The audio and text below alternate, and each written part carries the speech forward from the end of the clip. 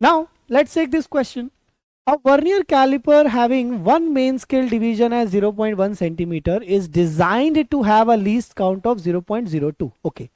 If n be the number of divisions on vernier scale and m be the length of the vernier scale, then what is the combination?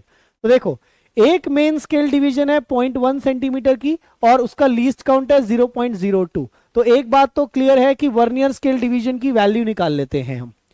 Least count की value होती है 1 main scale division minus 1 vernier scale division. Now least count है 0.02. Okay, and vernier scale n divisions are the vernier scale. Okay, correct. So and m be the length of vernier scale. Okay, no issue. तो 0.02 centimetre हो गया. One main scale division हो गई 0.1 centimetre minus 1 vernier scale division. Correct. Now we have a least count of minus 0.02. One main scale division हो गया. Correct है.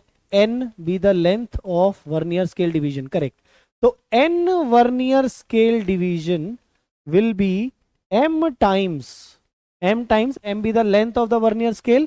तो m into 0.1 of centimeter,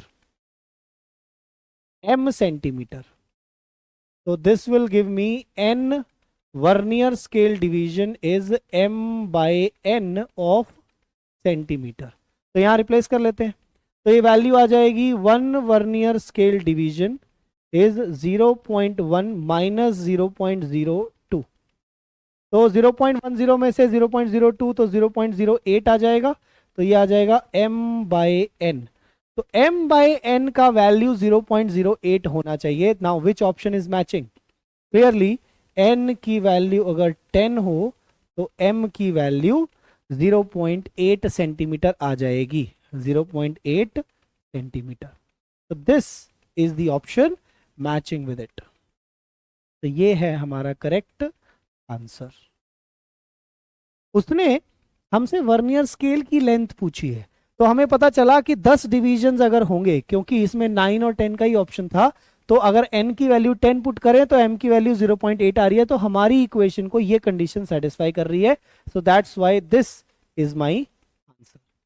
clear? Basic concept जो हमने least count of vernier calliper का लगाया उसी को ही यूज करके हमने ये आंसर निकाला है.